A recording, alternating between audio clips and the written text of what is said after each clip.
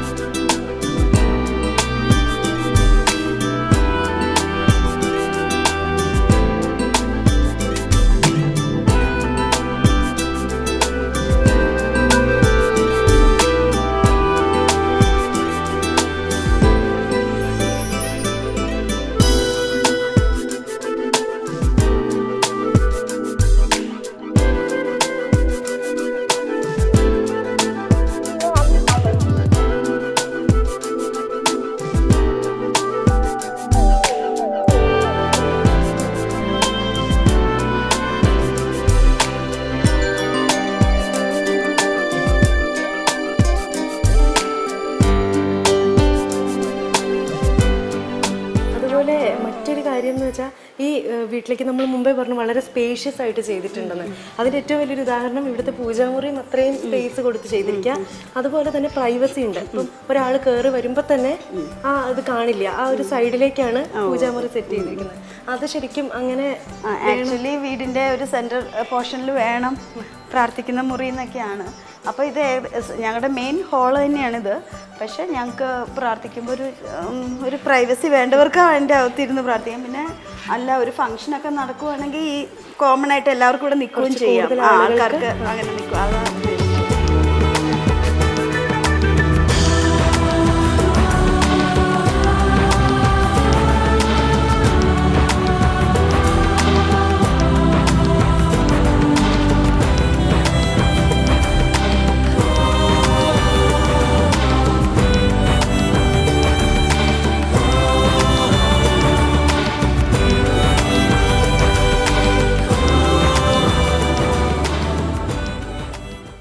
വേറൊരു കാര്യം ഈ വുഡൻ വർക്ക്സിനെ കുറിച്ചാണ്. ശരിക്കും പലർക്കും ഈ വുഡൻ വർക്ക്സ് ഒക്കെ ചെയ്യണം വീട്ടിൽ നിന്നൊക്കെ ആഗ്രഹം ഉണ്ടാവും. പക്ഷെ അതിങ്ങനെ മെയിൻറ്റെയിൻ ചെയ്യുന്ന കാര്യം ഓർക്കുമ്പോൾ അത് വേണ്ടാന്ന് പലപ്പോഴും വെക്കുക പതിവ്. അപ്പം ശരിക്കും ഇവിടെ അത് ചെയ്യുമ്പോൾ എങ്ങനെയാണ് ചേച്ചി ഇത് കൂടുതൽ മെയിൻറ്റെയിൻ ചെയ്യുക? മെയിൻ്റനൻസ് നല്ല പാടാണ്.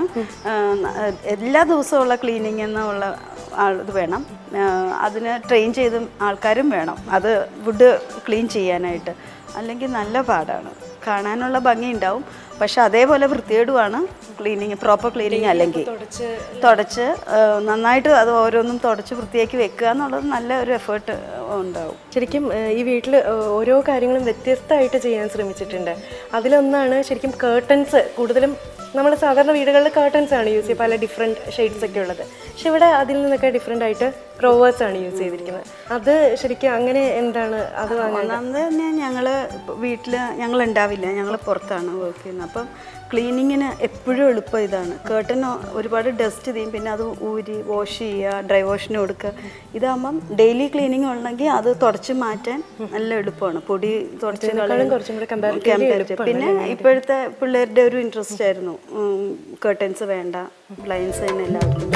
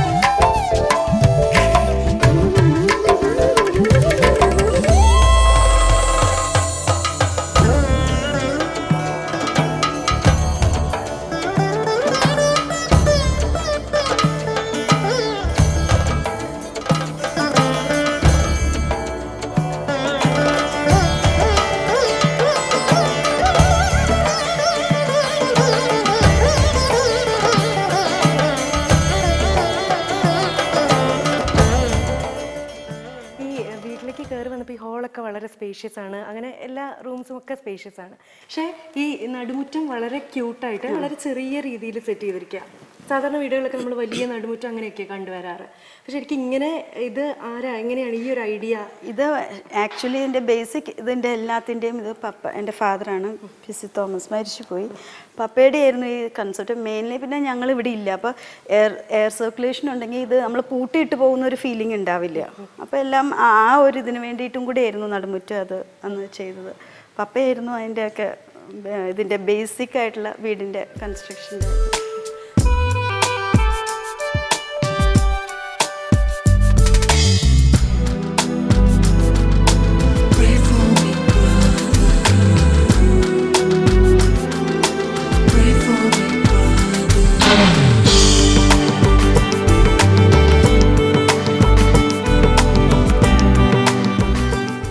മാത്രമല്ല ഇപ്പോൾ ടി വി വെച്ചേക്കണൊക്കെ ഒരു ലേറ്റസ്റ്റ് മോഡലാണ്, ഒരു വോൾ ലൈറ്റ് ഇങ്ങനെ വെച്ചേക്കണത്. അത് മാത്രമല്ല പുറകിൽ ഇങ്ങനെ LED ലൈറ്റിങ്ങിൻ്റെ ഒക്കെ പരിപാടി.